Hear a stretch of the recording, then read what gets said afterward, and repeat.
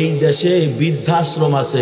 আমি মনে করতাম এটা বাংলাদেশে না, এটা হয়তো বা ভারত, পাকিস্তান, ইউরোপ, আমেরিকা, পাশ্চাত্যর দেশে এইগুলি আছে বৃদ্ধাশ্রম। মাশাআল্লাহ, বাংলাদেশে বৃদ্ধাশ্রমের সংখ্যা অনেক বেশি বর্তমানে। আলহামদুলিল্লাহ, আমাদের গ্রাম অঞ্চলের মানুষ বৃদ্ধাশ্রমে একটু কম বোঝে, কিন্তু একটা জিনিস এখন আছে, কিছুটা বেয়াদবি আছে মা বাবার সঙ্গে। তাছাড়া ভ্যান চালায় খাইলেও, কিষেন দিয়ে খাইলেও, হ্যাঁ, দিন মজুরি দিয়ে খাইলেও মা বাবা নিয়ে এখনো মিলে জিলে খাইতেছে। এইটা আল্লাহর শুকরিয়া আদায় করার দরকার, বলি আলহামদুলিল্লাহ। আরে অফিসার, রিটায়ার্ড প্রাপ্ত অফিসারের সরকারি টাকা দিয়া ছেলের জন্য 4 তলা ভবন বানাইয়া কিছুদিন পরে ছেলে বিয়ে দিছে, আনন্দ ফুর্তি করিয়া এত সুন্দর বাড়ি বানাইলাম, এত সুন্দর গাড়ি। এখন ছেলের পুত্রবধূর দরকার, পুত্রবধূ আনার কিছুদিন পরে ছেলে বলতেছে, আব্বা আপনার এখানে কষ্ট হয়, হ্যাঁ, মা তো দুনিয়াই নাই, এখন কি করা যায়? বলে, আব্বা আপনার ভালো একটা জায়গা রাইখে আসি, ওখানে আপনার খাদেম থাকবে, খেদমতের লোক থাকবে, খাবার একজন দিবে, গোসল করা দিবে, হ্যাঁ, অসুখ হলে চিকিৎসা করবে। আমিও তো অফিস করি, আপনার বৌমাও তো অফিস করে, আপনার দেখার তো কোনো লোকজন বাড়িতে নাই, আসেন আপনার এমন জায়গায় রাইখে আসি যেখানে ভালো থাকবে। মনে করছে না জানি কোথায় নিয়ে গেছে বৃদ্ধাশ্রমে। বৃদ্ধাশ্রমে যে জিজ্ঞাসা করছে এখানে কতদিন থাকতে হবে, তা বৃদ্ধাশ্রম আল্লাহরা বলছেন, এখন যতদিন বাইসে থাকবেন আপনার ছেলে এই জায়গার জন্য এইটা বরাদ্দ করছে, যতদিন বাইসে থাকবেন এখানে থাকতে হবে। উনি চিন্তা করছে যে ঠিক আছে, তা বলছে যে আমারে, তা ছেলের সঙ্গে যোগাযোগ করছে, বাবা আমি একদিনকার জন্য একটু বাড়িতে একটু দরকার আছে, আমি যাই এই চলে আসবো। এই কথা ছেলের কাছে বইলে ভুলাই বেলাইয়া বাড়িতে গেছে। বাড়িতে যাইয়া বাড়ির দলিল জমি জমার দলিল টলিল নিয়া তাড়াতাড়ি করে কোর্টে যাইয়া যে বৃদ্ধাশ্রমে বাবারে রাইখে আসছে, সেই বৃদ্ধাশ্রমের যে কর্তা, সভাপতি, পরিচালক যারা, ওনাদেরকে নিয়ে এই একদিনের ভিতরে এই বাড়ির জায়গা আর এই ভবন, 4 তলা ভবন সহকারে এইটা ওই বৃদ্ধাশ্রম, যেটা আমার এখানেই থাকতে হবে, আমার এই বাড়িতে জায়গা হইল না, এক্ষুনি বুঝতে চাই ছেলে কি করবে। উনি দিশে বিষে না পাইয়া, তাইলে আমার মতো আর কোনো বাবা এই ভুলটা যেন না করে, এই সংশোধন আমি এইটুক কইরে যাই। উনিও ওই বাড়িটা বৃদ্ধাশ্রমের নামে দিয়ে গেল, যে আমার মতো কত হতভাগা বাবার বৃদ্ধাশ্রম আসবে, জায়গা হবে না, তখন এই 4 তলা বাড়িতে এই সিস্টেম করে দিবে। এই সম্পূর্ণ জায়গা জমি আর 4 তলা ভবন সহকারে এইটা বৃদ্ধাশ্রম দিয়া এইটা অনলাইন আসছে। 2 দিন পরেই ওই বৃদ্ধাশ্রমের পরিচালক যারা, ওখানে পুলিশ পাঠাই দিছে যে শীঘ্র বাড়ি খালি করেন। মানে এই বাড়ি আমার বাবার, বলো তোমার বাবা, বাবা কো দেখাও, তোমার বাবা এসে বলো। এখন আর কথা বলো না, বাবা তো বৃদ্ধাশ্রম। বলে এই বাড়ি কে দিল, আমার বাবা কাকে দিল? বলে তোমার বাবাও যেখানে, এই বাড়ির মালিকতা। একটা সুন্নতের আমল যদি সবাই মিলে জিলে করি, এখানে কষ্ট হইল, জান্নাতে লাভবান হবে। বুঝেন নাই? একটা সুন্নতের আমল কেউ যদি করে, নবী সাল্লাল্লাহু আলাইহি ওয়াসাল্লাম বলেন, কন্টিনিউ একটা সুন্নতের আমল যদি কেউ করে, এই জামানা 100 শহীদের সওয়াব আল্লাহ আমলনামার ভিতরে দিবে। একটু কষ্ট হইলো, সুন্নতের আমলটা করবেন তো সবাই, নইলে জুইতে হইতেছে না, আর নইলে আমি নাইবে বসি। শ্রোতা যত কাছে হয় কথা বলে তত মজা লাগে, লোক যাই হোক একটা মজা আছে। এই যে এই পাশে আমার এক ফকির বাবা যে আগে গান দিত, এখন ওয়াজ দেয় না, তা শহীদ দিছে, এরম চেয়ার দিছে। আমি কইছি কি এইবার চেয়ার আর নিচে নামাও, প্রধান অতিথি হলো মঞ্চে করবে, আমি হলে নিচে করবো। আল্লাহ নিচে কইলে আসলে আমার কথা বলে এত মজা পাইছি, আর ওনরাও এত মজা পাইছি যে বইলে বুঝাইতে পারবো না। এই বছর হয়তো মাহফিলে বসছে, হয়তো আগামী বছর খবর পাবেন যে বাসানি নাই, চলে গেছে দুনিয়া থেকে। হয়তো বা আপনাদের কেউ দুনিয়া থেকে চলে যাবে, আসেন একটা সুন্নতের আমল একটু কষ্ট করে করি। প্রধান অতিথি দৃষ্টি প্রতিবন্ধী, চোখে দেখে না, আল্লাহর বান্দা, খুব খাস আল্লাহর ওলি। এই জন্য আমি অনুরোধ করে বলবো, যারা মাইকের আওয়াজ শুনতেছেন, আমার ওয়াজের ভিতর দিয়েই হুজুর স্টেজে চলে আসবে, আমার ওয়াজের ভিতর দিয়ে। এই জন্য চলে আসেন অল্প সময়ের জন্য। একজন দৃষ্টি প্রতিবন্ধী এই অন্ধ হুজুরের বয়ান আমার মাদ্রাসায় আনছিলাম, খুব 3 দিনের ভিতরে যত বয়ান বড় বড় বক্তারা করছে, সবাই বলছে অন্ধ হুজুরের বয়ান সবচেয়ে বেশি মজা লাগছে। আলহামদুলিল্লাহ, কথার ফাঁকে আপনারা চলে আসছে। দিনের মজলিসের সৌন্দর্যের জন্য কেউ যদি জায়গা নাই নিয়ত করে জাকি দিল 500 বছর আগে জান্নাত, 500 বছর আগে জান্নাত। মাশাআল্লাহ, আল্লাহ তাআলা আমাদেরকে যেন এই সব থেকে মাহরুম না করা, জোরে বলেন আমিন। ওয়াজ যাওয়া কিছু কথাবার্তা বলবো, যে সমস্ত মুফতি সাহেব বসে রয়েছে তবাসার, এই যে আমার দুর্লভে একবার আজকে একেবারে জায়গায় বসে রয়েছে, আপনাদের শৈলডুবির রথ মুফতি আসাদ সাহেব হুজুর, আবু সাইদ সাহেব হুজুর, হুজুর কান্দ মাদ্রাসা সাহেব মোহতামিম, সব মোহতামিম, নিজেরা মাদ্রাসা হুজুর, এই যে আরেকজন, এই যে আপনাদের নতুন ইমাম, খুব বিজ্ঞ আলেম, কিন্তু ধরে রাখেন, খাইলে আইনে না সিরিয়ালে খাদেন না। আলহামদুলিল্লাহ, আলহামদুলিল্লাহ, আল্লাহু আল্লাহ। গতবার এই ডাকটা আওয়াজটা দিছিলাম, আমাদের রসুলপুরের হজরত আজ দুনিয়ায় নাই, রসুলপুরের পিসাব হুজুর, অন্ধ হুজুর দুনিয়ায় নাই, এইভাবে আওয়াজ দিতেন। আমিও মাঝে মধ্যে আমার মসজিদের বয়ানের ভিতরে আওয়াজ দিই। আমার মুসল্লিরা এত ট্রেনিং প্রাপ্ত হয়েছে, কোন জায়গায় সুবহানাল্লাহ আলহামদুলিল্লাহ আওয়াজ দিতে হয়, এই জিনিসগুলো আমার মুসল্লিরা একেবারে ট্রেনিং প্রাপ্ত। শতকরা 90 জনের মানুষ ওয়াজ শোনে। আপনারা তো খালি দূরেতে চিন্তা করেন, 3 দিন ওয়াজ শুনে কারা? আমি ইন্টারভিউ নেই। সেদিনকে গত 5 দিন গেলাম নিজ বাসানচর না, আদা আদিও পাই নেই, কম অর্ধেক পাইছে এলাকা, বাকি সব বাইরে। আমার মনে হয় মাশাআল্লাহ এই 2টা মাদ্রাসা সুজিরকা খান্দি আর শৈলডুবির এলাকার লোকজন বয়ান শুনে, আলহামদুলিল্লাহ। আল্লাহু আল্লাহ। একটা আওয়াজ দিতে পারবেন? যদি আওয়াজ দিতে পারেন, হৃদয় নিংড়ানো আওয়াজ যদি দিয়ে ডাক দিতে পারেন, মালিকে আমার ডাকে সাড়া দিবে। আমার আপনার যত ব্যথা দুঃখ বেদনা আছে, এইগুলি নিয়ে আল্লাহকে মহব্বত করে ডাকেন না বোঝা, ডাক দিয়ে দেখেন কি মজা। আল্লাহর কোনো বান্দা যদি হৃদয় নিংড়ানো আওয়াজ দিয়ে ডাক দেয়, আল্লাহ নবী বলেন 1 বার না 2 বার না 70 বার আল্লাহর ডাকে সাড়া দিয়ে বলে, বান্দারে কেন তুমি ডাক দিছো, তোমার সমস্যার কথাগুলি তুমি বলো। বলবেন না সুবহানাল্লাহ? অবাজান এখানে যে লোকগুলি বসা আছে, এর চাইতে কয়েক গুণ লোক আমি জানি এই এলাকার ভিতরে মসজিদের পাশে আপনাদের কবরস্থান আছে না নাই? আমার মনে হয় এই কবরস্থানের ভিতরে এর চাইতে বেশি সংখ্যক লোক শুয়ে আছে। কারো বা মা, কারো বা বাবা জানাজাগুলি বইরা বইরা ওই কবরে নামাইয়া দিলাম। বছরে কয়দিন যান কবরের খবর নিতে? এই যে শীতের দিন কতগুলা পোশাক পরে আসছি রে বাজান, দেখেন সকলের গায়ে পোশাকগুলি আছে। এই যে শীতের দিন কত বিদেশি কম্বল গায়ে দিয়ে তশক জাজিমের উপরে শুয়ে থাকে, তারপর ওম ধরে না। অত সেই মা এবং বাবা কত কষ্ট করে, ছোট কালে দেখছি কত কষ্ট করছেন, অভাব অনটনের ভিতরে যারা মানুষ হয়েছেন। আমি বাসানি দেখেছি খেয়ার বিছাইয়া মানুষ হয়েছে আগে ঘরে, এখন তো গরুর ঘরেও খেয়ার দেয় না।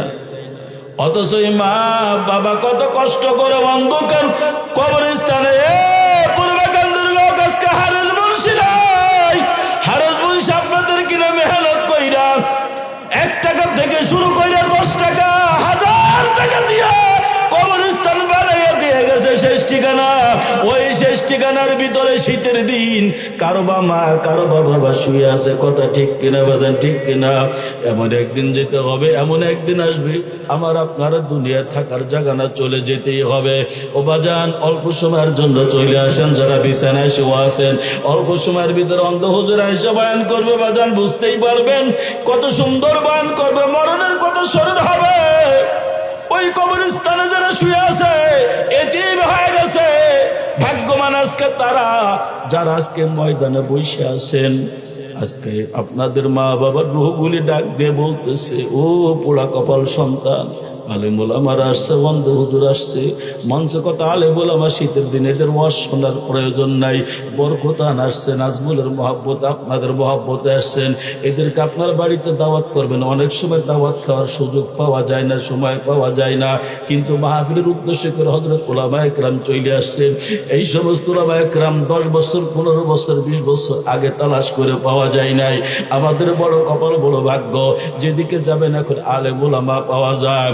ও বাজান মনে রাখবে না, এই সমস্ত আলেম ওলামা থেকে শুরু করে অন্ধ হুজুরের আগমনের কারণে আল্লাহ রাব্বুল আলামিন আপনাদের মা বাবার কবরের আযাব 40 দিন বন্ধ কইরা দিছে। ও বাজান, কি নিয়ে কবরে যাবেন, কি আমল নিয়ে কবরে যাওয়ার দরকার? বয়ানের শুরুতে দুরূদের আমল করেছি, আল্লাহর প্রশংসা আদায় করেছি। প্রশংসা হার হালাতে আল্লাহর প্রশংসা আদায় করা, আল্লাহর শিখানো শব্দ দিয়া সূরা ফাতিহার ভিতরে সর্বাবস্থা প্রতি ওয়াক্ত নামাজে সবসময় সূরা ফাতিহা পড়ি, আলহামদুলিল্লাহি রাব্বিল আলামিন। সূরা ফাতিহার শুরু শিক্ষা, সমস্ত প্রশংসা ওই আল্লাহর জন্য, যে আল্লাহ সারে জাহানের পালনেওয়ালা রব।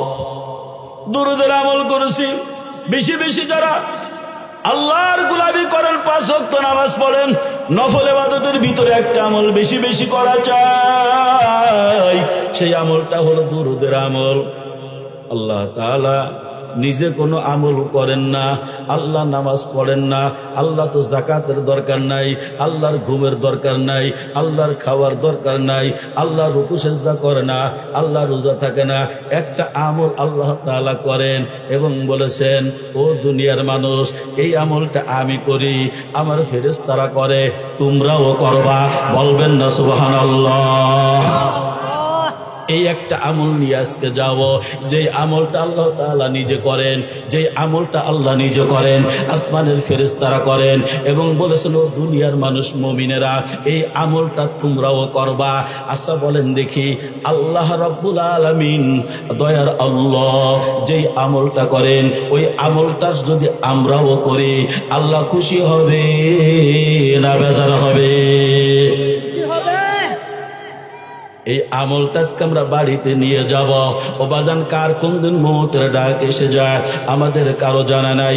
ঈমান আর আমল নিয়ে কবরে যাইতেই হবে, নাহলে কিন্তু উপায় নেই বাজান। ঈমান আর আমল নিয়ে যদি কবরে যাই, ওই অন্ধকার কবর অন্ধকার থাকবে না। যেই কবরে বাতি নাই, সাথী নেই, বন্ধু নাই, বান্ধব নাই, অন্ধকার কবর। না জানি আগামী বছর মাহফিল হয়তো থাকবে, হয়তো আমি আপনি অন্ধকার কবরে চলে যাব।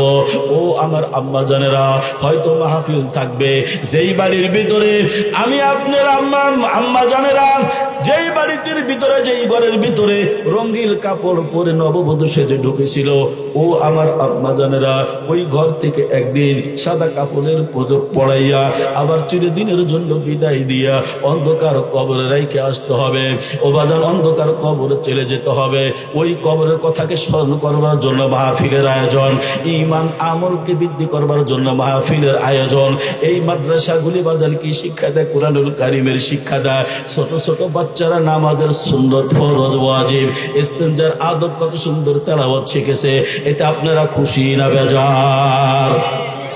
ও বাজান আসেন, মূল কথা হলো আল্লাহ তাআলা নামাজ পড়েন না, রোজা থাকেন না, এটা মালিকের দরকার নাই। এমন একটা আমল আছে, যেই আমলটা আল্লাহ নিজে করেন এবং বলেছেন, ও দুনিয়ার মানুষ, এমন একটা আমল, যেই আমলটা আমি আল্লাহ করি, আসমানের ফেরেশতারা করে। ও দুনিয়ার মুমিনেরা, এই আমলটা তোমরাও করবা। চিৎকার দিয়ে বলবেন না সুবহানাল্লাহ? আমলটা হলো, ইন্নাল্লাহা ওয়া মালাইকাতাহু ইউসাল্লুনা আলান নবী, ইন্নাল্লাহা ওয়া মালাইকাতাহু।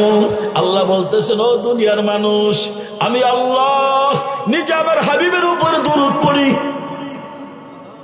বলবেন না সুবহানাল্লাহ? এখন তাহলে বুঝেন আমাদের কতটুকু ভক্তি আর মহব্বত দিয়া এই দরুদের আমল করার দরকার।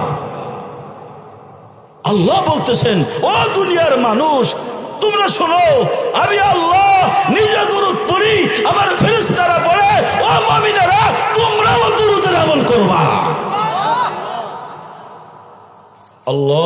সাল্লি আলা মুহাম্মদ, আল্লাহুম্মা সাল্লি আলা মুহাম্মদ, আল্লাহুম্মা সাল্লি আলা মুহাম্মদ সাল্লাল্লাহু আলাইহি ওয়াসাল্লাম, সাল্লাল্লাহু বলেন সাল্লাল্লাহু আলাইহি ওয়াসাল্লাম, সাল্লাল্লাহু আলাইহি ওয়াসাল্লাম, সাল্লাল্লাহু আলাইহি ওয়াসাল্লাম, সাল্লাল্লাহু আলাইহি ওয়াসাল্লাম।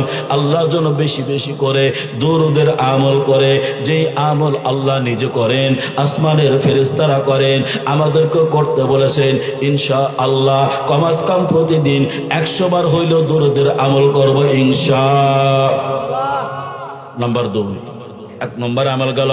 নাম্বার 2 নম্বর আমল, আল্লাহ রাব্বুল আলামিন ঘোষণা করেছেন বান্দারে গোলামি করবা আমি আল্লাহর। গোলামি করতে হবে কার? নামাজ পড়ি কার হুকুমে? রোজা থাকি কার হুকুমে? দুঃখের বিষয় হলো বর্তমান মসজিদগুলির অবস্থা, শতকরা 5 জন মুসল্লি। হাই হাই কি সর্বনাশ! এখানে নারায়ণ মাঝে হরেন মাঝে সত্যবাবু পবিত্র বাবুর বাড়ি, আমার শরীর ডুবিতে নাই, অথচ নামাজের বেলা মুসল্লি পাই শতকরা 5 জন। বড় দুর্ভাগ্য এবং পরিতাপের বিষয়। অবাজান, গোলামি করতে হবে কার? জোরে বলেন কার? আল্লাহ। গোলামি করব আল্লাহর। আল্লাহর গোলামির পরে আল্লাহ ঘোষণা করেছেন ও দুনিয়ার মানুষ গোলামি করবা আমি আল্লাহ। আমি আল্লাহর গোলামির পরে আর একটা আমল তোমরা করবা। তোমাদের ঘরে যদি বৃদ্ধ মা বাবা থাকে 2 জন অথবা 1 জন, বার্ধক্য বয়সে চলে গেছে, তাদের খেদমতের দরকার। বর্তমান জামানার সবচাইতে দুর্ভিক্ষ হলো নেককার সন্তান পাওয়া, মা বাবা দরদি সন্তান পাওয়া বড়ই দুর্ভাগ্যের বিষয়। যখন আমি শুনতাম যে এই দেশে বৃদ্ধাশ্রম আছে, আমি মনে করতাম এটা বাংলাদেশে না, এটা হয়তো বা ভারত, পাকিস্তান, ইউরোপ, আমেরিকা, পাশ্চাত্যর দেশে এইগুলি আছে বৃদ্ধাশ্রম। মাশাআল্লাহ, বাংলাদেশে বৃদ্ধাশ্রমের সংখ্যা অনেক বেশি বর্তমানে। আলহামদুলিল্লাহ, আমাদের গ্রাম অঞ্চলের মানুষ বৃদ্ধাশ্রমে একটু কম বোঝে, কিন্তু একটা জিনিস এখন আছে, কিছুটা বেয়াদবি আছে মা বাবার সঙ্গে। তাছাড়া ভ্যান চালাইয়ে খাইলেও, কিষেন দিয়ে খাইলেও, দিন মজুরি দিয়ে খাইলেও মা বাবা নিয়ে এখনো মিলে জিলে খাইতেছে। এইটা আল্লাহর শুকরিয়া আদায় করার দরকার, বলে আলহামদুলিল্লাহ। আরে অফিসার, রিটায়ার্ড প্রাপ্ত অফিসারের সরকারি টাকা দিয়া ছেলের জন্য 4 তলা ভবন বানাইয়া কিছুদিন পরে ছেলে বিয়ে দিছে, আনন্দ ফুর্তি করিয়া এত সুন্দর বাড়ি বানাইলাম, এত সুন্দর গাড়ি। এখন ছেলের পুত্রবধূর দরকার, পুত্রবধূ আনার কিছুদিন পরে ছেলে বলতেছে আব্বা আপনার এখানে কষ্ট হয়, মা তো দুনিয়ায় নাই, এখন কি করা যায়? বলে আব্বা আপনার ভালো একটা জায়গা রাইখে আসি, ওখানে আপনার খাদেম থাকবে, খেদমত লোক থাকবে, খাবার একজন দিবে, গোসল করা দিবে, অসুখ হলে চিকিৎসা করবে। আমিও তো অফিস করি, আপনার বৌমাও তো অফিস করে, আপনার দেখার তো কোনো লোকজন বাড়িতে নাই, আসেন আপনার এমন জায়গায় রাইখে আসি যেখানে ভালো থাকবে। মনে করছে না জানি কোথায় নিয়ে গেছে বৃদ্ধাশ্রমে। বৃদ্ধাশ্রমে যে জিজ্ঞেস করছে এখানে কতদিন থাকতে হবে, তা বৃদ্ধাশ্রম আল্লাহরা বলছেন এখন যতদিন বাইচে থাকবেন আপনার ছেলে এই জায়গার জন্য এইটা বরাদ্দ করছে, যতদিন বাইচে থাকবেন এখানে থাকতে হবে। উনি চিন্তা করছে যে ঠিক আছে, তা বলছে যে আমারে, তা ছেলের সঙ্গে যোগাযোগ করছে, বাবা আমি একদিনকার জন্য একটু বাড়িতে একটু দরকার আছে, আমি যাই এই চলে আসবো। এই কথা ছেলের কাছে বইলে ভুলাই বেলাইয়া বাড়িতে গেছে। বাড়িতে যাইয়া বাড়ির দলিল জমি জমার দলিল টলিল নিয়া তাড়াতাড়ি করে কোর্টে যাইয়া যে বৃদ্ধাশ্রমে বাবারে রাইখে আসছে, সেই বৃদ্ধাশ্রমের যে কর্তা, সভাপতি, পরিচালক যারা, ওনাদেরকে নিয়ে এই একদিনের ভিতরে এই বাড়ির জায়গা আর এই ভবন, 4 তলা ভবন সহকারে এইটা ওই বৃদ্ধাশ্রম, যেটা আমার এখানেই থাকতে হবে, আমার এই বাড়িতে জায়গা হইল না, এক্ষুনি বুঝতে চেয়েছিলে কি করবে, উনি দিশে বিষে না পাইয়া, তাইলে আমার মতো আর কোনো বাবা এই ভুলটা যেন না করে, এই সংশোধন আমি এইটুক কইরে যাই। উনিও ওই বাড়িটা বৃদ্ধাশ্রমের নামে দিয়ে গেল, যে আমার মতো কত হতভাগা বাবার বৃদ্ধাশ্রমে আসবে জায়গা হবে না, তখন এই 4 তলা বাড়িতে সিস্টেম করে দিবে। এই সম্পূর্ণ জায়গা জমি আর 4 তলা ভবন সহকারে এইটা বৃদ্ধাশ্রম দিয়া এইটা অনলাইন আসছে। 2 দিন পরেই ওই বৃদ্ধাশ্রমের পরিচালক যারা ওখানে পুলিশ পাঠাই দিচ্ছে যে শীঘ্র বাড়ি খালি করেন। মানে এই বাড়ি আমার বাবার, বলো তোমার বাবা, বাবা কো দেখাও, তোমার বাবা এসে বলো। এখন আর কথা বলো না, বাবা তো বৃদ্ধাশ্রমে। বলে এই বাড়ি কে দিল? আমার বাবা কাকে দিল? বলে তোমার বাবাও যেখানে, এই বাড়ির মালিকতা। ও বাজান, বুঝে আসবে ওই দিন, বুঝে আসবে যেই দিন উত্তর দিকে মাথা দিয়ে সহায় রাখবে। ভাই বলেন, বন্ধু বলেন, ছেলে বলেন, এসার পরে লোক মারা গেছে, বুড়ে মারা গেছে, ছেলে এসে বলতেছে হুজুর এই রাত্রে জানাজা পড়ে মাটি দিয়ে সারতে হবে। কথাটার ভাব কি? মানে যে খুব সিরিয়াস, এসার পরে মারা গেল, মাটি দিয়ে সারতে হবে রাতারাত, নাহলে গুড়ি গাড়া ডরাবে।